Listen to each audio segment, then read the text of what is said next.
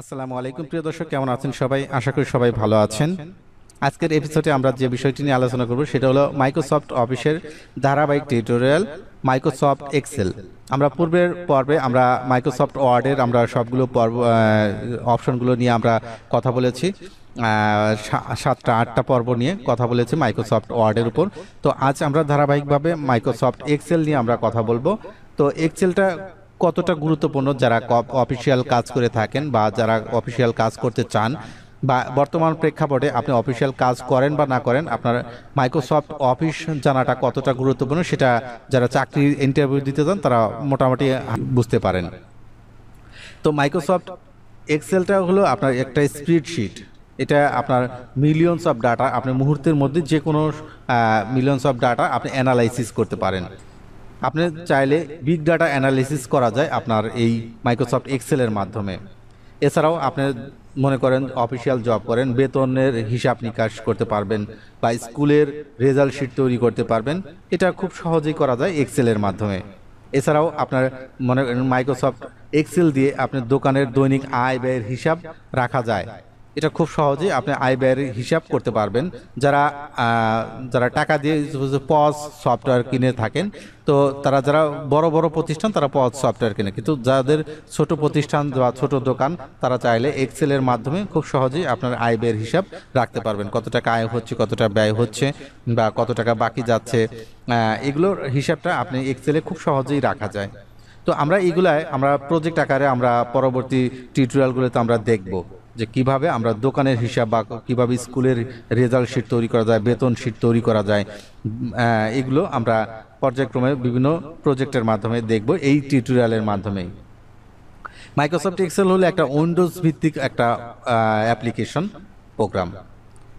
এতে আপনার যাবতীয় হিসাব নিকাশ, গাণিতিক পরিসংখ্যান, গ্রাফ, লজিক্যাল ডাটা এবং ডাটা এন্ট্রি সহ বিভিন্ন ধরনের অফিসিয়াল কাজ করা যায় এই মাইক্রোসফট এক্সেল দিয়ে।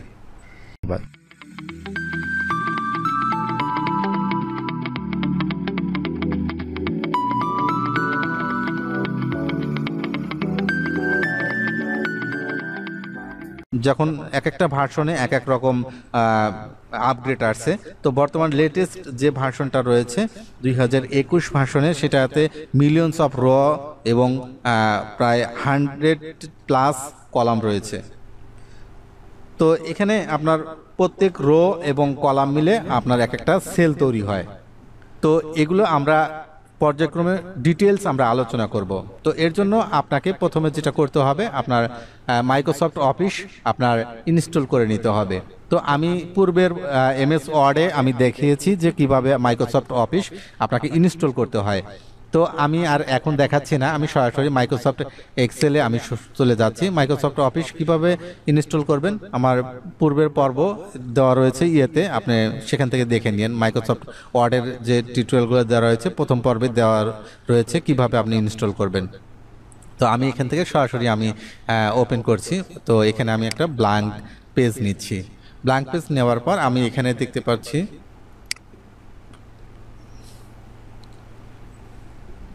ব্ল্যাঙ্ক পেজ নেওয়ার পর আমি এখানে দেখতে পাচ্ছি যে অনেকগুলো অপশন রয়েছে। তো এই অপশনগুলো আমরা পর্যায়ক্রমে আমরা আলোচনা করব।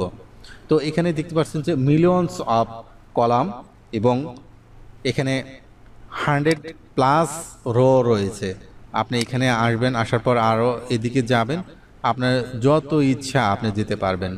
তো এখানে আপনার র এবং কলামের অসংখ্য র এবং কলাম রয়েছে। আপনার এখানে এই র এবং কলাম মিলে এক একটা সেল তৈরি হচ্ছে। তো এখানে আমরা আজ যেটা দেখব সেটা হলো আমরা পরিচয় পর্ব দেখব। এখানে আমরা যে উপরের যে আমরা বারটা দেখতে পাচ্ছি সেটা হলো আপনার এখানে যেটা দেখতে পাচ্ছেন এটা হলো কুইজ অ্যাক্সেস বার। এখান থেকে আপনার যে কোনো সহজেই আপনার অ্যাক্সেস করতে পারবেন। এখানে যেটা দেখতে পাচ্ছেন এটা হলো আপনার আপনি যে শিটটা দিয়েছেন এই শিটটার নাম। এখানে আমার ব্ল্যাঙ্ক শিট, এই জন্য আপনার প্রথমে বুক 1 লেখা দেখাচ্ছে। তো আপনি চাইলে যখন এটা সেভ করবেন এখানে নাম দেখাবে। তো আমি এখানে সেভ করে দেখাচ্ছি। তো আমি এখানে সেভ বাটনে ক্লিক করব, করার পর এই যে এখানে থেকে সেভ অপশনে আসবো। তো এখানে বুক নামেই সেভ হয়েছে, তো আমি এটাকে অন্য নামে সেভ করব। সেভ অ্যাজে আসার পর আমি এখান থেকে অন্য নামে সেভ করতে পারবো। মাই পিসিতে ডেস্কটপে আমি রাখবো, রাখার পর আমি এখান থেকে সেভ করব। তো এখানে দেখতে পাচ্ছেন যে আমি যদি এখানে আমার নাম দেই, তো আমি দেওয়ার পর আমি এটাকে সেভ করলাম। সেভ করার পর এখানে দেখতে পাচ্ছেন যে নামটা চেঞ্জ হয়ে গেছে। তো আপনারা এইভাবে নাম চেঞ্জ করে নিতে পারবেন। এরপর আপনার এখানে যে দেখতে পাচ্ছেন সার্চ বার রয়েছে, এখান থেকে যে কোনো কিছু সার্চ করে আপনি বের করতে পারবেন খুব সহজে। এখানে লগ ইন বার রয়েছে, আপনার মাইক্রোসফট অফিসের আপনার মাইক্রোসফটের যে ইমেল রয়েছে এই ইমেল দিয়ে এখানে সাইন আপ করে নেবেন। সাইন আপ করে এখানে লগ ইন করে নিলে আপনার খুব সহজেই ডাটাগুলো আপনার স্টোর করে রাখতে পারবেন। তো এখানে আসার পর এখানে অনেকগুলো অপশন যেটা দেখতে পাচ্ছেন, এটা হলো আপনার মেনু বার। তো এখানে আমরা প্রত্যেকটা মেনু নিয়ে আমরা ইন্ডিভিজুয়ালি আমরা এক একটা টিউটোরিয়াল করব, যেন আমরা এখান থেকে বিস্তারিত আমরা শিখতে পারি। এক্সেলটা আমরা যদি ভালো করে শিখতে পারি, এক্সেল, পাওয়ার পয়েন্ট এবং আপনার এমএস ওয়ার্ড, এই তিনটা অ্যাপ্লিকেশন যদি আপনি ভালোভাবে শিখতে পারেন, আপনি যে কোনো চাকরির ক্ষেত্রে আপনি খুব ভালো আপনার ইন্টারভিউ ফেস করতে পারবেন। কারণ আপনি যেখানেই যান আপনাকে কম্পিউটার সম্পর্কে আপনাকে অবশ্যই কোশ্চেন করবে এবং আপনাকে প্র্যাকটিক্যালি অনেক সময় আপনার কম্পিউটার ছেড়ে দিবে, আপনার কাজ দেখাতে হবে, ওনারা যেভাবে বলবে সেভাবে আপনাকে কাজ দেখাতে হবে। আপনার যদি এই জ্ঞানটা ভালো থাকে সেক্ষেত্রে আপনার চাকরি পাওয়ার প্রত্যাশাটা সম্ভাবনা অনেক বেশি থাকবে। তো আমরা আজ শুধু আমরা আলোচনা করব এই বিষয়গুলো। তো এখানে যে অপশনটা এই যে এই বারটা দেখতে পাচ্ছেন, এটা হলো আপনার টুলস বার। আপনার এখানে বিভিন্ন ফাংশনের এই টুলসগুলো দিয়ে আপনারা কাজ করতে পারবো। এরপর এখানে যেটা দেখতে পাচ্ছেন এটা হলো অ্যাড্রেস বার। এখানে অ্যাড্রেসে আপনার যখন আমরা এক্সেলে কাজ করব বিভিন্ন প্রোগ্রাম করতে হবে, তো এখানে প্রোগ্রামের যে কোডগুলা আমরা এখানে লিখব। এরপর এখানে আমার যে দেখতে পাচ্ছি এটা হলো সেলের সংখ্যা। আমি যদি এখানে ক্লিক করি দেখতে পাচ্ছেন যে এখানে আমাকে আইডেন্টিফাই করছে।